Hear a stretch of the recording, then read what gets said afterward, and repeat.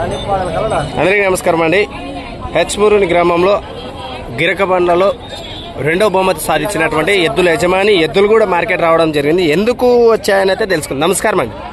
ఏంటండి మరి మంచిగా భరోసా ఉన్న పశువులు ఈ రోజు అమ్మడానికి కారణం ఏమంటారు? అంతే అంటారా? ఓకే, ధర ఏం చెప్పారు?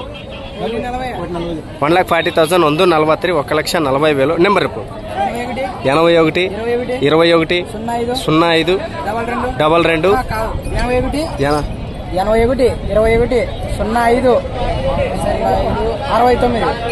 ఓకే. అటు వేరా అక్కడికి వేరా.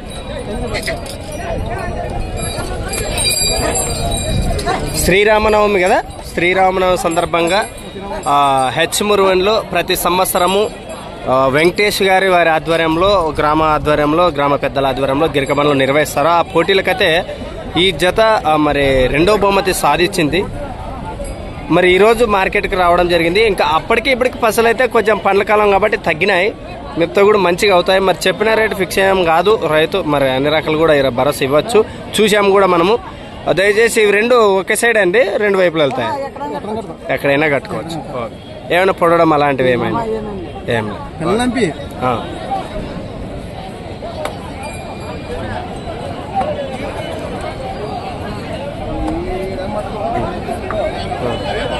ఆయన సైజ్ చూడండి, అందుకోసమే వెనకలు పంపించాను. ఏ తల భాగంలో ఉంది ఇదే అనుకుంటే దీనికంటే హైట్ అది కూడా పెద్ద సైజు ఉంది.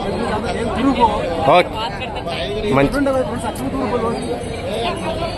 అదేవిధంగా ఇది దీన్ని కూడా చూడండి. ఆయన వ్యక్తిని ఎద్దుల యజమాని పంపిస్తాను, సైజు మీకు అర్థమవుతుంది. ఆయన తలకి ఆయన మొక్కలు గమనించాలి మీరు. చూసారా?